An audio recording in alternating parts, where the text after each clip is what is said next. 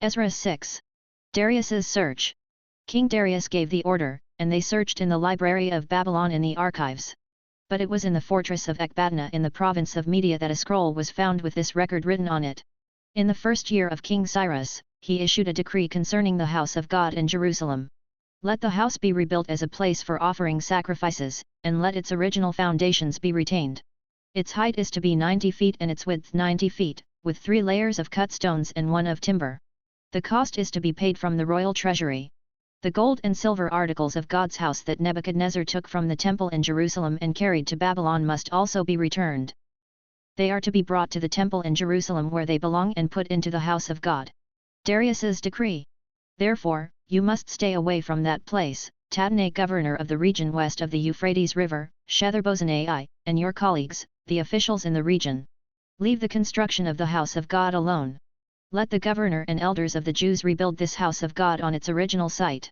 I hereby issue a decree concerning what you are to do, so that the elders of the Jews can rebuild the house of God. The cost is to be paid in full to these men out of the royal revenues from the taxes of the region west of the Euphrates River, so that the work will not stop.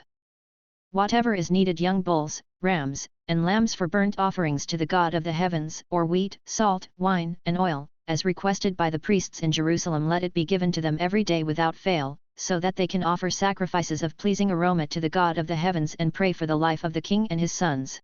I also issue a decree concerning any man who interferes with this directive. Let a beam be torn from his house and raised up, he will be impaled on it, and his house will be made into a garbage dump because of this offense. May the God who caused his name to dwell there overthrow any king or people who dares to harm or interfere with this house of God in Jerusalem. I, Darius, have issued the decree. Let it be carried out diligently. Then Tatnai, governor of the region west of the Euphrates River, Shethar-bozenai, and their colleagues diligently carried out what King Darius had decreed. So the Jewish elders continued successfully with the building under the prophesying of Haggai the prophet and Zechariah son of Iddo. They finished the building according to the command of the God of Israel and the decrees of Cyrus, Darius, and King Artaxerxes of Persia. This house was completed on the 3rd day of the month of Adar in the 6th year of the reign of King Darius. Temple dedication and the Passover. Then the Israelites, including the priests, the Levites, and the rest of the exiles, celebrated the dedication of the house of God with joy. For the dedication of God's house they offered 100 bulls, 200 rams, and 400 lambs, as well as 12 male goats as a sin offering for all Israel, one for each Israelite tribe. They also appointed the priests by their divisions and the Levites by their groups to the service of God in Jerusalem, according to what is written in the book of Moses. The exiles observed the Passover on the 14th day of the 1st month. All of the priests and Levites were ceremonially clean, because they had purified themselves. They killed the Passover lamb for themselves, their priestly brothers, and all the exiles.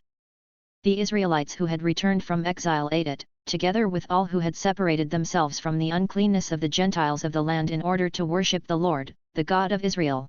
They observed the festival of unleavened bread for 7 days with joy, because the Lord had made them joyful, having changed the Assyrian king's attitude toward them, so that he supported them in the work on the house of the God of Israel.